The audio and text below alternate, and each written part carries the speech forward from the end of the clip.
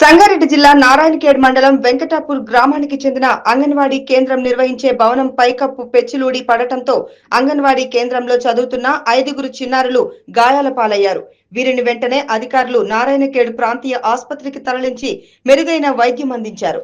విషయం తెలిసిన collector Kranti Valluru Narayankhed area ఆసుపత్రిలో చికిత్స పొందుతున్న చిన్నారులను పరామర్శించారు.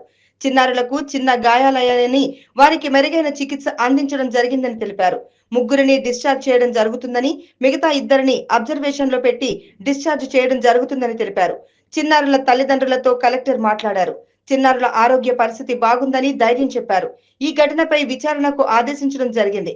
బాధ్యులైన వారిపై కఠినంగా చర్యలు తీసుకోవడం జరుగుతుందని కలెక్టర్ తెలిపారు. కలెక్టర్ వెంట అదనపు collector Chandrashekar, DWO Vasanthakumari, RDO Ashok Chakravarthi, సంబంధిత అధికారులు పాల్గొన్నారు. వెంకటాపురం గ్రామంలో నారాయణఖేడ్ మండల్లో ప్రమాదవశాత్తు సీలింగ్లోని ఒక పోర్షన్లో ఉన్న పెచ్చులు కొన్ని కింద ఊడిపడి కొంతమంది పిల్లలకు గాయాలు అవ్వడం జరిగింది. 5 మంది పిల్లలకు గాయాలు అవ్వడం జరిగింది. వారిని ఇమీడియట్గా షిఫ్ట్ చేసి ఏరియా హాస్పిటల్ నారాయణఖేడ్లో అడ్మిట్ చేయడం జరిగింది. వచ్చిన వెంటనే పిల్లలందరికీ కూడా డాక్టర్స్ ఇమీడియట్గా ట్రీట్మెంట్ అందించడం జరిగింది. సో వారందరినీ కూడా వచ్చి ఇప్పుడు కలవడం జరిగింది. వాళ్ళ తల్లిదండ్రులతో మాట్లాడడం జరిగింది.